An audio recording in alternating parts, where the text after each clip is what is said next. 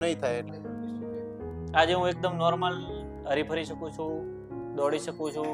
Totally હું જે પહેલાની જેમ જ અત્યારે પરિસ્થિતિ છે, નોર્મલ જ છે. અમે પછી સાહેબ ઉપર ટ્રસ્ટ કરી અને કમ્પ્લીટ સર્જરી કરાવી અને સર્જરી કરાવ્યા બાદ આજ લગભગ 2 થી 3 મહિના થઈ ગયા છે ને હાલ મારા નાનો ભાઈ પહેલા હતો સેમ એ જ કન્ડિશન થઈ ગઈ છે. બિલકુલ કે કોઈ તકલીફ પહેલા એમ જ લાગે છે કે ઓપરેશન કરાયું જ નથી, પહેલા હતો એવો જ છે. પરિવારમાં કોઈ પણ કચાશ નથી. એમને એકદમ 100% એમના સ્ટાફનો સ્વભાવ હોય કે એમના સ્ટાફ મેમ્બરનો ફેમિલી જેવું જ રાખે. એમ આપણને પેશન્ટ જેવું ફીલ ન થવા દે. સાહેબનું કામ એ ક્લીન છે, હોસ્પિટલનો સ્ટાફ પણ એટલો બધો સારો છે. હું ત્યાં 2-3 દિવસ મારે એની જોડે રહેવાનું થયું તો એ બધા લોકોનું બિહેવિયર એટલું બધું પેશન્ટ માટે એવું છે અને એકદમ એમ ઘર જેવું ફીલ થાય છે. એને એવું લાગતું જ નથી કે હું હોસ્પિટલમાં છું.